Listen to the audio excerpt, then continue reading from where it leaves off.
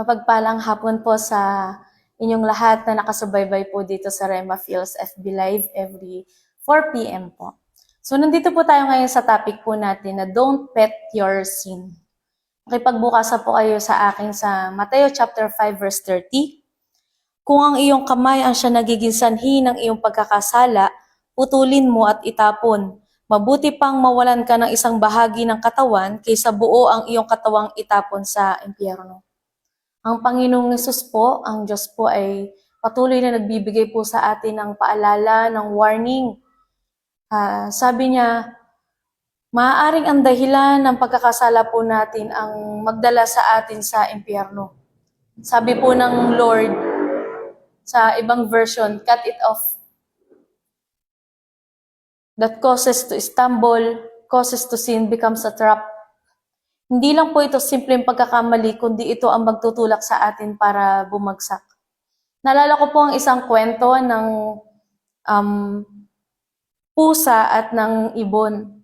Ngayon itong pusa na to, isang malaking pangarap niya sa buhay niya ang makakain ng ibon. Kaya isang umaga siyang gumising at nakita niya yung mga nagliliparan ng mga ibon doon sa lugar. Alam niyo po, ito pong mga ibon, napansin ng pusa na naghahanap na kanilang makakain. Kaya ang ginawa po nitong pusa, nagkolekta siya ng maraming mga uod at dinala to sa ilalim ng puno. Napansin ng ibon na marami silang pagkain doon.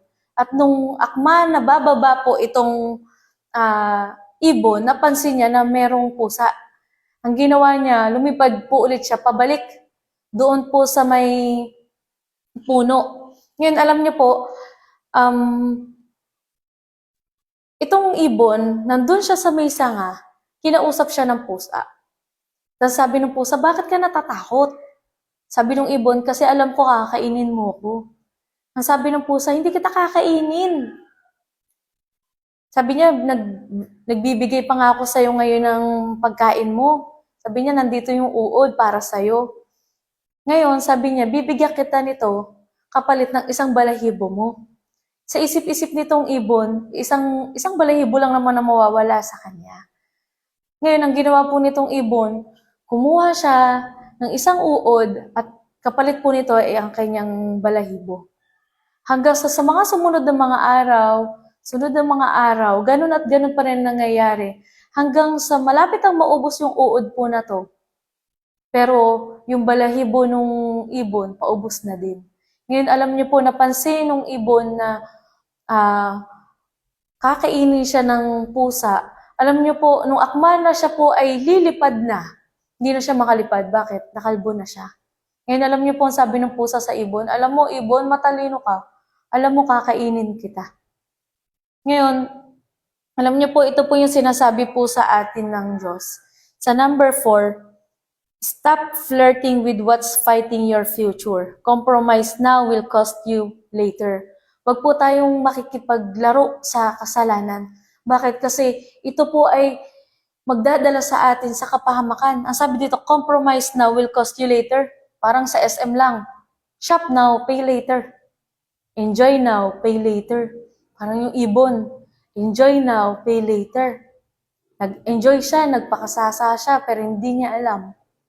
Mapapahamak na siya pagkatapos nito. At sinasabi sa atin ni Satanas, sin now, pay later. Bakit? Kasi ang kasalanan ang magdadala sa atin sa kapahamakan sa impyerno. Sabi po dito, sin is never a harmless pet. If you keep feeding it, it will eventually destroy you. Kung patuloy po natin pakakainin ito, kung patuloy natin i-entertain ang kasalanan, kung patuloy po natin pagbibigyan ang laman po natin, sabi po dito, pawasakin tayo nito. Sisirain nito yung buhay po natin, ng future natin. What you tolerate today will dominate you tomorrow. Hindi po namamalaya ng mga Kristiyano kapag tinotolerate niya ang kasalanan, hindi po ito nagiging healthy sa kanyang spiritual life. At hindi niya napapansin, unti-unti ulit siyang napapalayo sa Panginoon. Alam niyo po, gracious ang Lord. Amen po.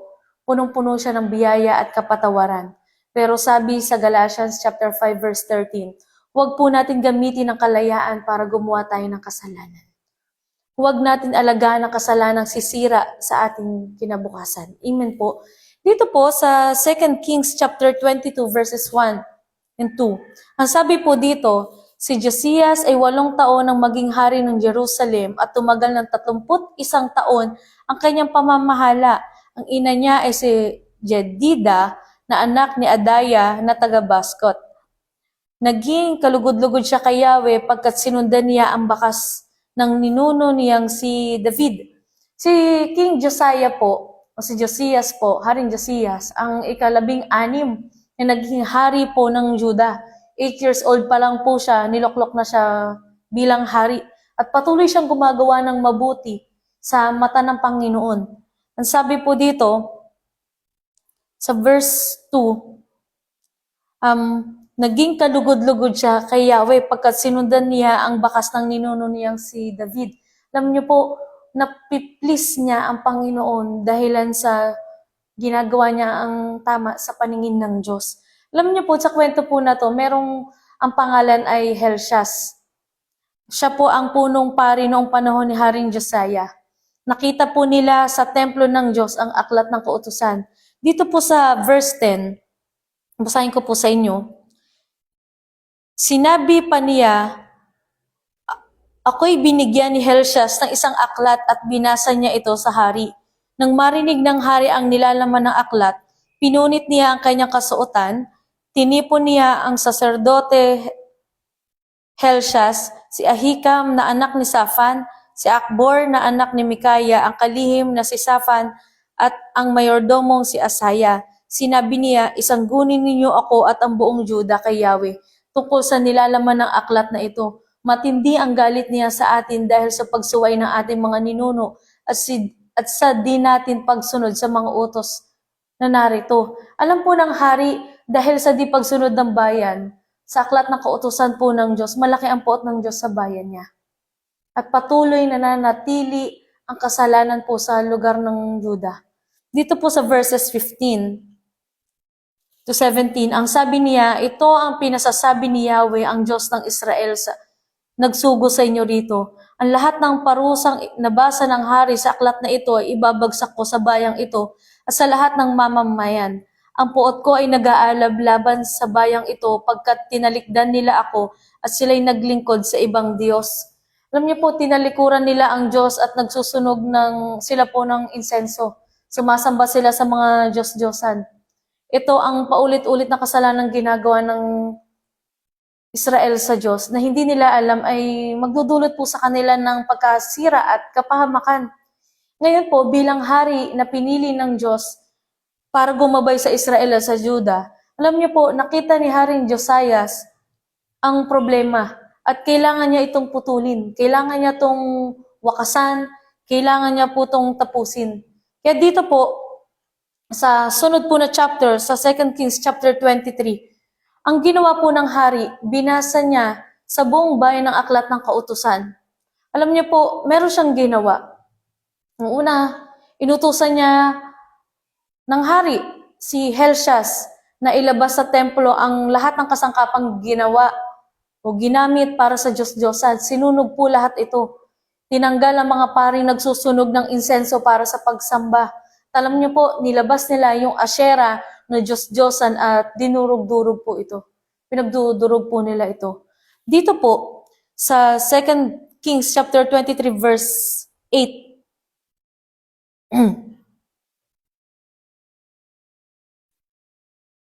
Yan, basahin ko po sa inyo dito.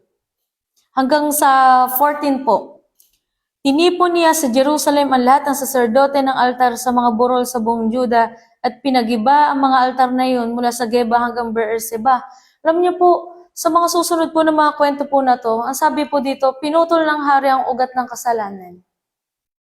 In-stop niya lahat, sinira niya pati ang mga lugar kung saan nagsimula yung pagsamba sa Diyos-Diyosan. Talagang yung pinakaugat ng kasalanan, in-stop. Alam niyo po, anumang bagay po na hindi po natin maisuko sa Diyos, ito po ang gagamitin sa atin ni Satanas. Ito ang gagamitin sa atin ng kaaway. Kaya nga po, sa atin po, tayo po mga Kristiyano, dapat aware po tayo sa kung ano yung pwedeng maging resulta ng pagkakasala po natin. Bawat compromise po natin ay may kapalit. Lagi po itong may kabayaran. Amen po. Hindi po lahat na nagpapasaya po sa atin o nagpapasaya sa iyo ay pagpapalain ng Diyos. Hindi lahat ng gusto mo ay mabuti para sa iyo. At hindi po lahat ng tinotolerate po natin ay ligtas sa ating kaluluwa. Kaya kagaya po nito ni Haring Josias, ano man po yung mga bagay na alam natin magdudulot ng kapahamakan po sa atin, kailangan na po nating i-cut ito. Kailangan na natin putulin ito. Sabi ng Panginoong Yesus, cut it off. Amen po. Kung sabi niya, kung ang iyong kamay na yan, kung yung mata mo magiging sanhi ng iyong pagkakasala, mabuti pang putulin mo, mabuti pang dukitin mo. Sabi niya gano'n, mas mabuti pang mapunta ng langit na kulang ng isang kamay kaysa mapunta ka ng impyerno na kung saan kumpleto doon na ang katawan ng tao ay masusunog. Amen po. Ngayon, meron po kung kagaya po nito ni Josias po. Alam niyo po, in-stop niya, pinutol niya. At sa atin po na mga Kristiyano, kailangan magkaroon na rin po tayo ng breakthrough. Kaya ang sabi ni Apostol Pablo, tayo po ay malaya na. Amen po. Dahil lang sa Panginoong Jesus. Pero wag po natin gagamitin ang kalayaan natin para gumawa pa tayo ng kasalanan. Sabi nga dito, don't pet your sin. Hindi dapat natin ito inaalagaan. Amen po, hindi dapat ito binibaby. Ang kasalanan, hindi yan binibaby. Ang kaaway, hindi ka dapat nakikipagkaibigan dyan. Hindi ka dapat nakikipag-akbayan kay Satanas. Amen po. Ano yung advice ng Diyos? Ang sabi dito sa 1 Peter chapter 5. Amen po. Ang sabi po dito, resist the devil. Sorry, chapter 4. Ang sabi doon, resist the devil and he will flee from you. Submit yourselves to God. Sabi po doon, magpasakop tayo sa Panginoon. Magpalayasin natin si Satanas at ito po ilalayo sa atin. Amen. So dapat po pala nandun tayo sa pagpapasakop sa Diyos. Bago lumaya si Satanas, kailangan alam natin yung buhay po natin. Totally surrendered sa Panginoon. Amen po. Ngayon, meron po ko sa inyo isang kwento pa tungkol sa isang babae na siya po ay nag-alaga ng ahas. Python po. Ngayon, itong ahas na to ay itinuring niya na kanyang kaibigan. At kumbaga, inalagaan niya to, pinapakain niya to, itong ahas na to, nahayaan niya na magpagala-gala sa bahay at maging sa pagtulog po niya. Siya po ay nakakatabi niya yung ahas na to. Hanggang isang araw, napansin po nung babae na yung kanyang alagang ahas ay matamlay. Hindi kumakain, hindi gumagalaw. Ilang araw na tong hindi kumakain. Dahil napansin to, nabahala po yung babae, nag-worry siya, dinala niya po ito sa isang veterinaryo. At pagdating niya doon sa vet, kinuwento niya yung pangyayari at tinanong siya ng vet. Ang sabi ng vet sa kanya, kapag natutulog ba kayo, magkatabi kayo? Ang sabi ng babae, yes po, magkatabi po kami. Napapansin mo ba na nililingkisan ka niya? Sabi niya, yes po. Alam niyo po, laking gulat ng babae dun sa, sobrang laki ng gulat niya dun sa sinabi ng veterinaryo sa kanya. Kasi alam niyo po, sabi ng veterinaryo sa kanya, ilang araw na siyang hindi kumakain. Hindi may sakit siya eh. Sabi ng vet, sabi ng doktor, walang sakit yung alaga mong ahas. Sa totoo lang, sinasadya niya na gutumin ang sarili niya. At tuwing natutulog ka, nililingkisan ka niya kasi sinusukat ka na niya. Dahil ang susunod na kakainin na niya, ikaw na. Ngayon, alam niyo po, mahal po nung babae yung alaga niyang ahas, pero wala siyang magawa kundi isurrender itong ahas na to. Kasi alam niya, papatayin siya nito. Ngayon, alam niyo po mga kapatid, kung alam natin yung bagay na to, yung kasalanan na to ang magsisira sa future po natin, maganda na yung buhay po natin, isurrender natin sa Panginoon. Sabi ko po kanina sa inyo, anumang bagay na hindi po natin maisuko sa Diyos, ito yung gagamitin sa atin ng kaaway. Maaring maliit lang yan. Sabi nga ng mga pastor natin, sa mga nauna na nag-share sa atin, minsan akala mo, sasabihin mo, minsan lang naman eh. Wala namang iba nakakita.